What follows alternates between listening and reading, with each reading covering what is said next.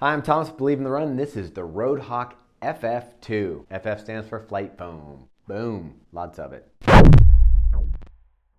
So let's get started on the shoe. Last year, it was a real surprise. The Roadhawk was a super simple shoe that did the job. It had a one-piece flight foam midsole, a light upper, and just no frills. It was no bells and whistles, just a simple running shoe that actually turned out to be a great trainer. So we were really excited to get the Roadhawk FF2 and see what could they do to improve it. And I'm not sure they really did improve it. They may have made it worse. I'll let you be the judge. So why do I say that? Well, for starters, it's almost 2 ounces heavier. It was 8.75 ounces, and now it's at 10.25 for a size 10.5. So not quite 2 ounces, but like, why the weight gain? 291 grams versus 248 grams last year. I don't know what grams are really, but I know that sounds like a lot of grams. With that, the upper, I did like the upper on this. Some people complained that the mesh looked a little old-fashioned. You'll get a closer look at that. But I actually thought the shoe looks good because it looks like a running shoe. I like the colors, pretty nice stuff.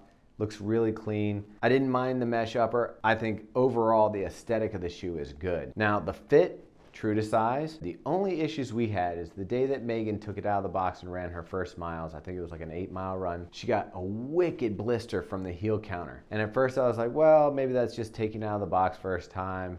Maybe it's not an issue with the shoe. So I kept an eye on it. It didn't give me a blister, but I did feel a little bit of heat coming off this heel counter. And what I think that is the padding as it goes around the collar here is kind of tubular.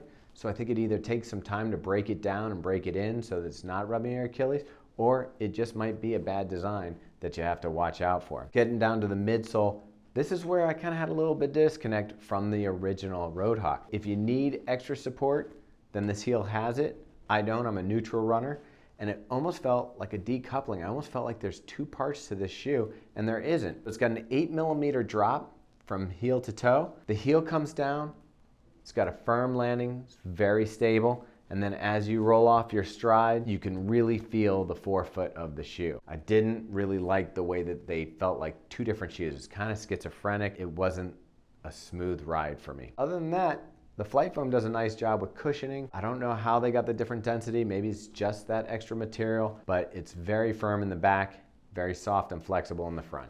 It might work for you if you want a stability shoe that is hiding out as a neutral shoe. Anyway, full-blown rubber on the bottom, so plenty of durability. This has a little over 30 miles on it, and it's not really looking that bad. There's not really any scuff marks. A little bit of shading from the dirt, nothing too serious. 10.25 ounces though. The Pegasus is lighter than this.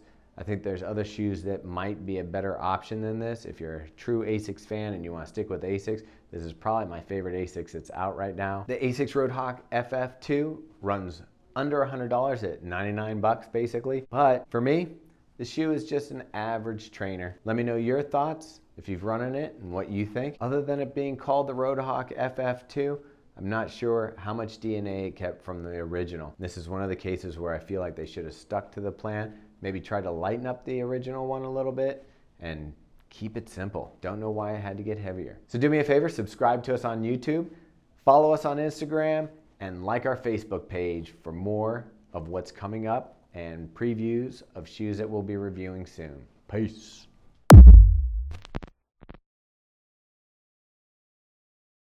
What do I mean by schizophrenic? I mean it's got two different personalities. Soft and flexible in the front, hard and stiff in the back. Could possibly be called split personality disorder.